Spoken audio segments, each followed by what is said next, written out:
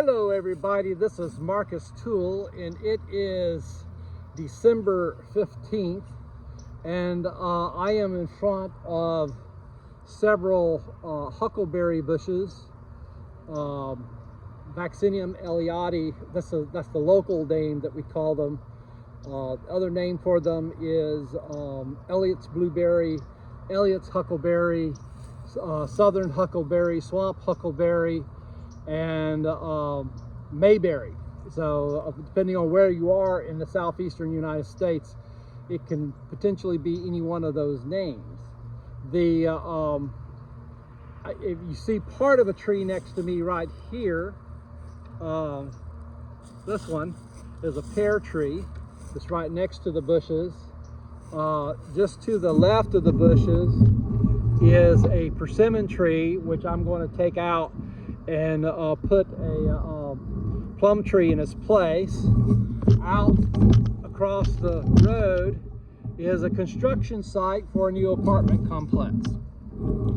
And the tripod is sitting on top of a water line that's in the edge of my yard, city water right away. And anyway, we're going to do some pruning. Let's discuss what we got here. So we got a pear tree there, and the huckleberry bush is beginning to get too close to the pear tree. They're always too close together. And I just planted another one that's also going to be too close to it. Well, but it is what it is. I keep the pear trees pruned small, and we're going to also keep the huckleberry bushes under control, because I mean, the big one is already probably pushing 10 foot across, and it would get 15 foot across if I let it. And of course they spread. And I have another one here that isn't doing that well, and we're going to discuss what we're going to do about that, and I'll do some corrective pruning on it. I planted some young ones on either side that I transplanted from the pine plantation that I'm on. So you can see the kind of the dark spot where that one's planted, and then there's a young mature one that's kind of bit by it, and we're going to do some pruning on it. So I'm going to start with the old bush, the one that's kind of not thriving. So this was planted at the exact same time as the very big plant that's right next to it, and it has never really thrived, but it makes really big, very sweet berries. The berries are actually better than the berries on this one in years that it doesn't overcrop. Now it tends to overcrop, and the reason it overcrops is that it isn't a vigorous grower. One of the things I'm going to try this year is I'm going to add some elemental sulfur in front of it. Part of the issue might be soil. It might be when they dug this right away for the water line, that they pulled some dirt that's kind of deep down, the subsoil, up to the surface, and it may be that subsoil just isn't acidic enough for the Vaccinium elliottii. I'm kind of going on that theory. So I haven't done anything to really correct that in 12 years. Despite pruning efforts and stuff, the tree has not thrived. Despite adding fertilizer to it, that doesn't seem to fix it. So we're going to try the sulfur thing, but I'm also going to do some corrective pruning, and I'm going to prune it back more this year than I usually do. But I will tell you this little tip. If you have a huckleberry, my experience so far is that huckleberries either thrive or they don't. And if they thrive, they become this huge bush out in the yard. but some of them just don't take to the new situation very well. And sometimes what you do is you just simply replace it with one that does better. And you know, remember, these are wild plants and they're all genetically different unless you get two that are from the same clump. And some of them just, you know, they may work in the woods but not in the lawn, and so it may be that this bush is never going to thrive. Who knows? But we're going to try. We're going to do some things because it's in a good spot, and it's a really good berry. It makes a really good berry, and so I really want to get this one thriving. All right. So what are we going to do? Well, the first thing you want to think about when pruning a blueberry of any kind is that old canes do get tired. And once an old cane has gotten tired, the best thing to do is remove it. And when you know they've gotten tired is that you stop seeing vigorous growth on it. Well, this one never did have a whole lot of vigorous growth. But this cane here, this whole cane, there really isn't, the only recent, and it's a big cane, and it's about a third of the bush it seems, but the only recent growth on the whole thing is right here, and there isn't a whole lot of it. So I'm gonna leave that vigorous growth there. Maybe I shouldn't, but I will. And then the other thing I'm going to do is there's this old big piece of cane that isn't thriving and doesn't have any young growth at all on it. I'm going to take it off right here.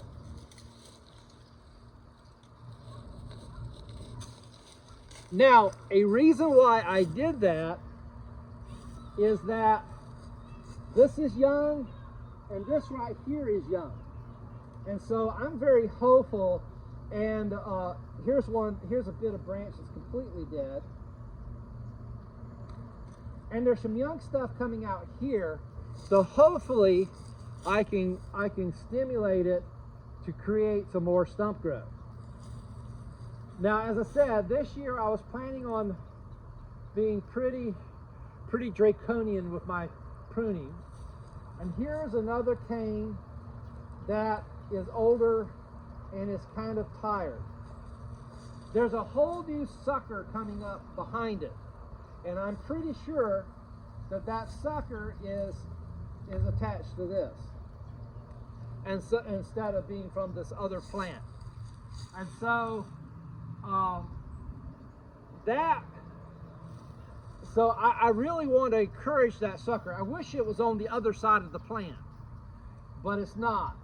So I want to give that sucker some sunlight, and even if it becomes the new dominant part of the plant, well, it's kind of too close to the other plant, and we're going to prune with that sucker in mind when we start pruning on the other plant. But I want to give it some light, because maybe that sucker will be more vigorous than the original plant. So this cane here, this is the lowest new vigorous growth on the entire cane, and so we're going to cut right above that.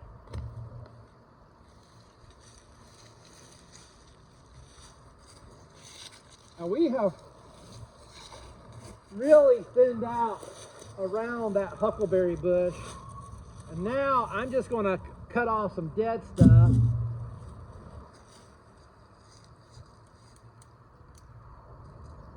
And actually, the dead stems sometimes they just kind of brittle break off.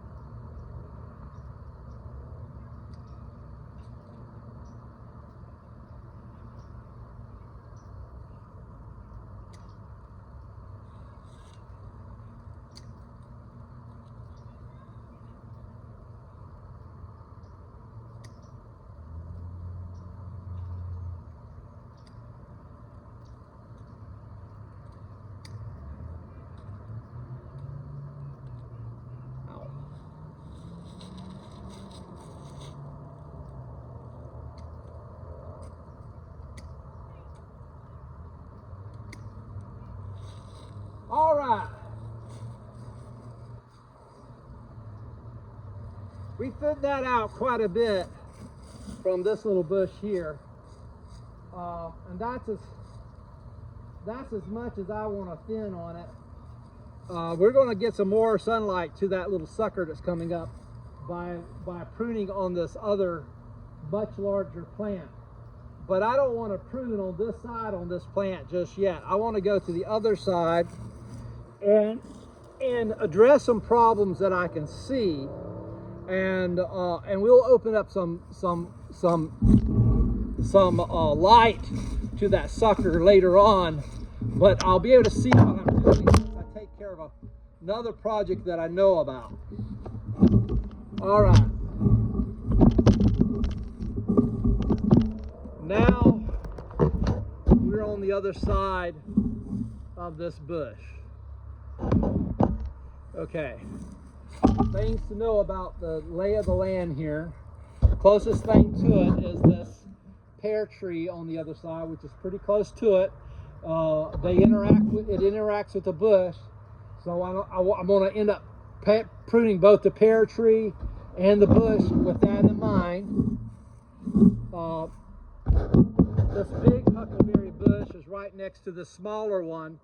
This is a really good early blooming, early ripening one. It ripens much earlier than that one, and sometimes it ripens before the catbirds get here, which is a very desirable trait, although it also has a tendency for the fruit to get yacked by frost, which is a negative tendency because it will often bloom in January. All right, so the first thing I want to do, and the reason I'm starting on this side is because I can see up into the bush on this side, and I can see where the really old canes are, and I want to take care of them first, because that might make a difference in decisions I make on other parts of the plant. Because this time of year, you prune to thin out old canes primarily, and then secondarily, on this species at least, you then correct some, take out some dead material, disease-looking material, and you deal with size in the summertime. Now this tree needs to be pruned back to a smaller size, but that needs to be done in summer. This is not the time of the year to do that. If I did it this year, I'd be cutting out too many of the bloom blossoms to try to, and I don't want to do that. But I do want to get some of the old canes out. All right, so what we're going to do is, I see an old cane, and when I get that out, if I can get to it, I'll be able to see a lot. I'll be able to see what I'm doing waving.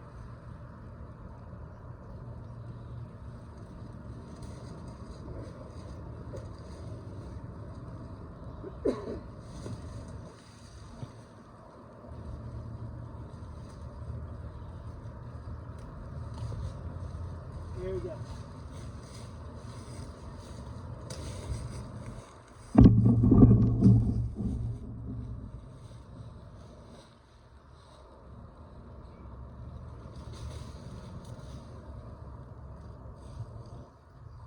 All right, one tired old cane removed. Okay, I see there's another tired old cane in here.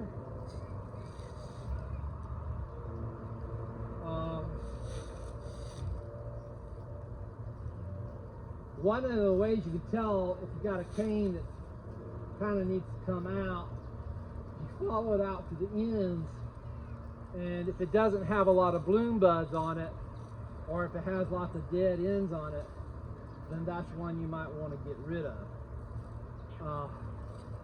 And when I say bloom buds, let me show you what I'm talking about.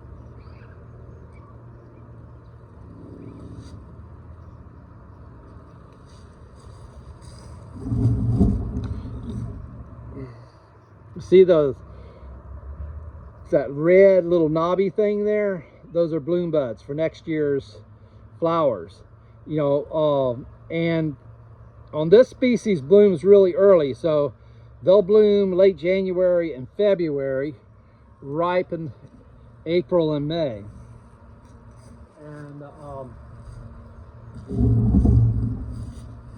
And so this one here is another big old cane. It's got a young, strong cane right next to it, and so I want to really encourage the youngster, and I want to get this old cane out.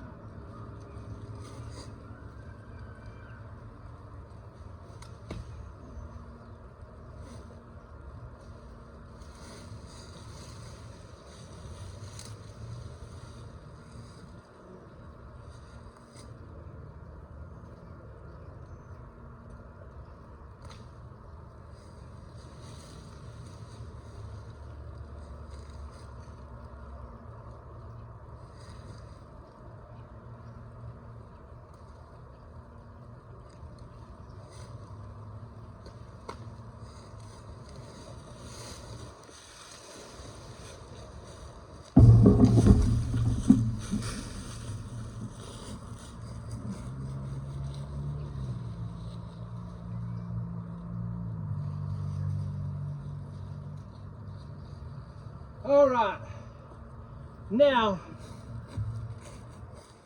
with a lot of blueberry species, you try to get it to the ground. The old cane is close to the ground. You can't, actually, even with this, it's good to try, but with Vaccinium elliottii, they get so tight down there at the bottom, it's hard to do. It's easier to do it with the cultivars than it is with this species. All right, here's another. So this cane right here is old and tired down here, but we got a fresh one coming up here. So I'm going to take that out.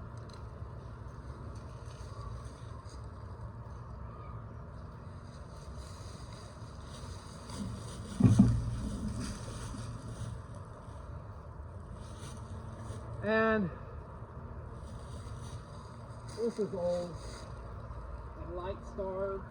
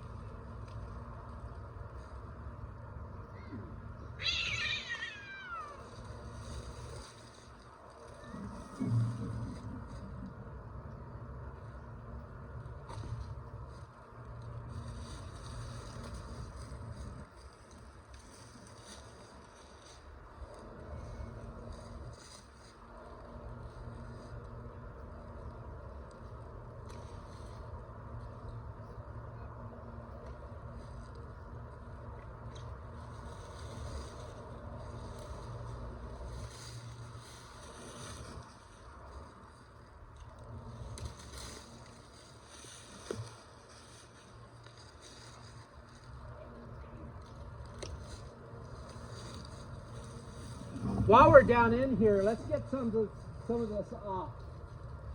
You know, one of the things with blueberry bushes, they're bad about getting other little woody trees and stuff growing up in there, and so you're constantly having to cut them out. We gotta. All right. One of the things I'll probably do this summer is, if we don't get some suckers coming up in here, and we probably will, is I'll cut this one back to about there to stimulate some growth out. We're going to take some of the stuff at the top off in the summertime, and hopefully that will stimulate some more suckering. But I think what I did is going to stimulate some suckering too.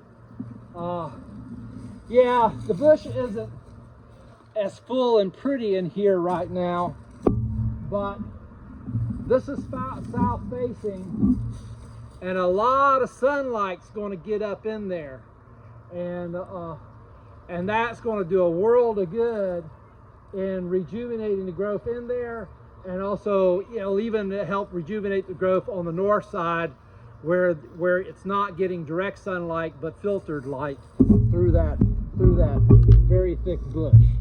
All right, well, let's go back to the north side.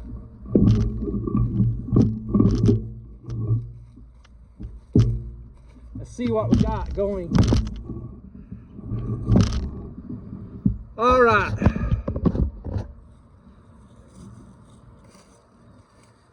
So here is our bush that's kind of not doing much. Right here. I don't know why it's fogged. This lens really seems to like the fog for some reason, and I don't know why it does that. Let's see if that fixes it. All right, so right now a consideration is this little bush here, and I don't want this bush interacting with it so much. I want to create some light for it. And this branch here coming out isn't doing that hot anyway, so I'm going to take it out back. It looks like a big old thing that is tired. Anyway, so I'm going to take it out close to the base.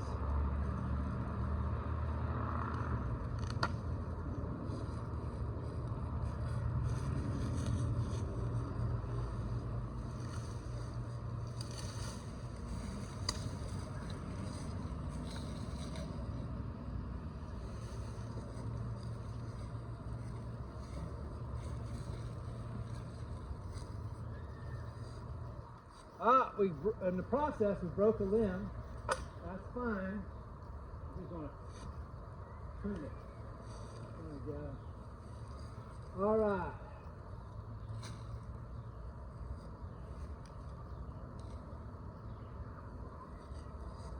What else are we going to do?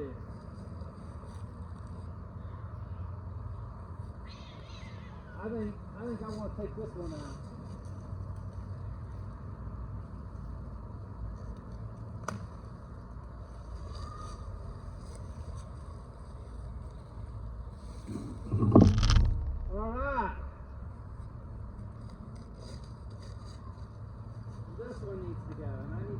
Bush out. Where's the bottom of it? Oh, it's already.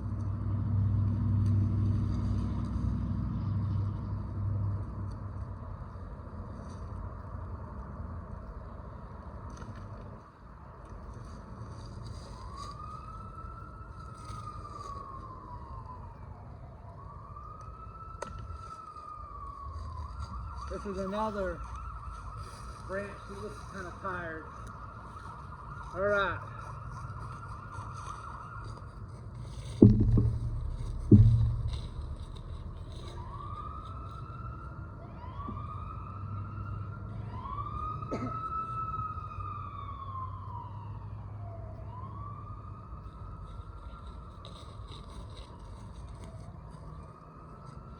All right, we got, now everything's looking kind of lopsided. And so for aesthetic purposes, I want to make sure that the tree is kind of symmetrical, loose a little bit. So this down here is getting a lot of shade, and it's tired looking, so it's going to come out.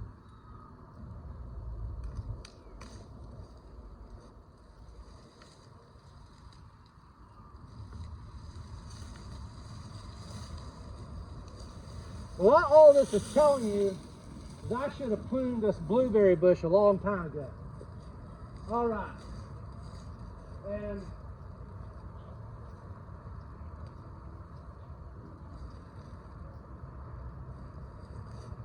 going to get the top part of that.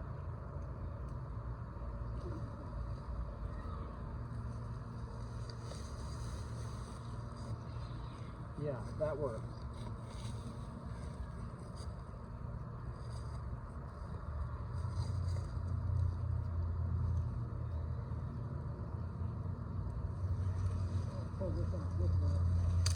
Oh shoot, I broke it. You all done? Broke it, prune it. All right. Let's see how it looks on this side.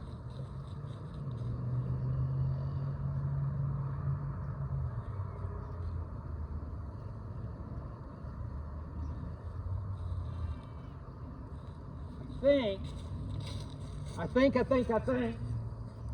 going to go ahead and take this off completely. Put that one on.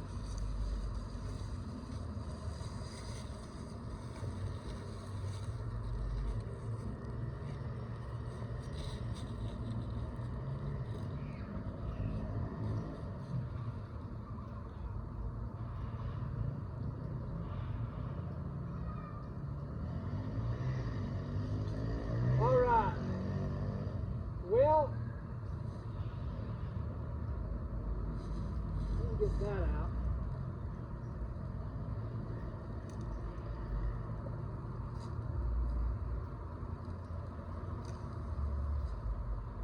I'm going to get through that.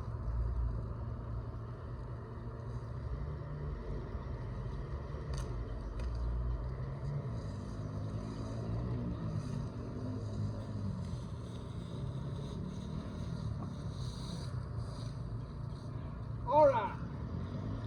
Now it's nice and symmetrical looking. It doesn't.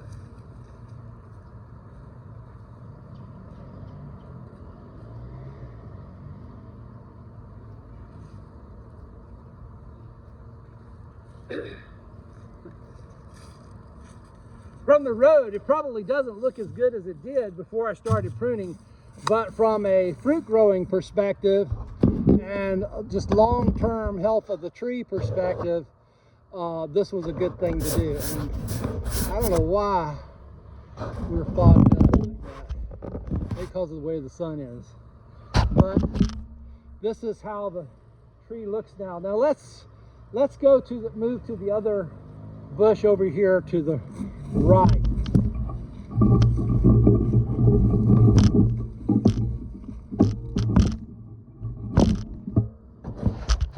This is a relatively young bush, and it looks pretty good, and I don't want to take too much out of it. An issue with it, and this is, there are two kind of morphs of Vaccinium elliottii. Some have kind of a powder look on the berries, and some have really glossy dark berries, and this is one that has a really glossy dark berries. And my experience is, even when you see them in the wild, they tend to be tall. These ones with the dark berries tend to be tall and spindly, and that it may be just that's just how this bush is going to grow, no matter how I do with it. But I want to try to encourage this bush to be a little more bushy. And so let me go get my loppers.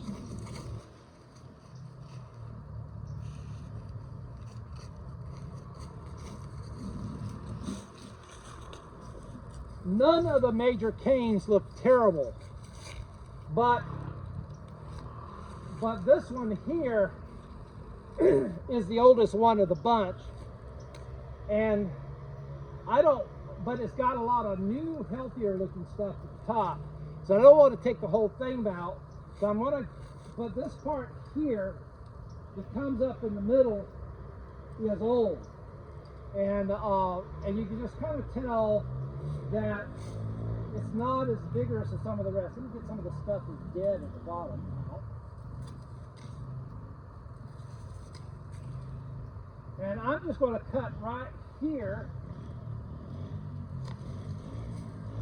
take that out, like so.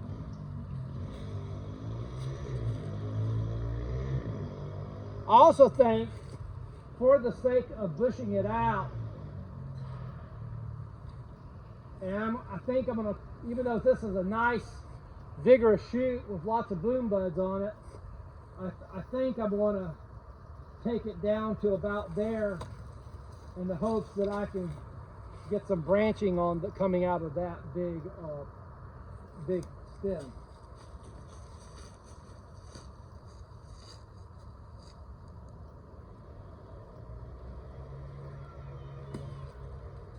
Here's another older branch, this small one down here at the bottom. We'll take it out. And that's really all this one needs. It's young, it's healthy, it's it just has that spindly growth at it. And even though it looks like I took out the growth at the bottom and I want it to be bushy, but by doing that, I'm hoping I'm stimulating some suckers to come up around it. That's at least what I hope happens. Meanwhile, what's there will be healthier and more productive. So this is, we got over here, you can look at the big bush. So it's, you can see up in there, this is the thickest side of it now, but that's okay.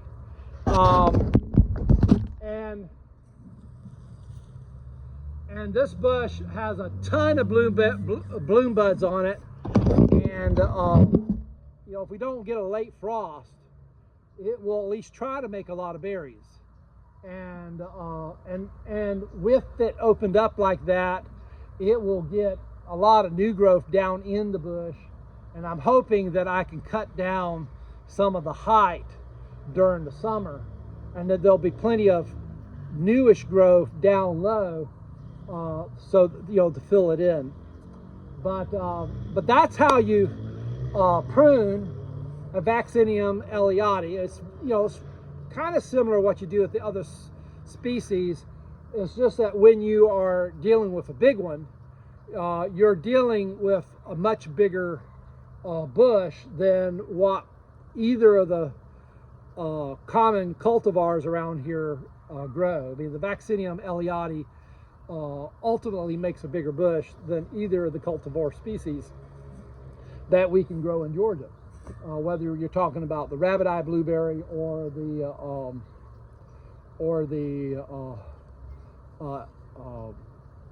southern highbush blueberry. So you know, that's it. That's all there is to it. We're done with this bush. The next thing that happens with this bush, besides mowing under it, is harvesting berries in April. So talk to you later. God bless.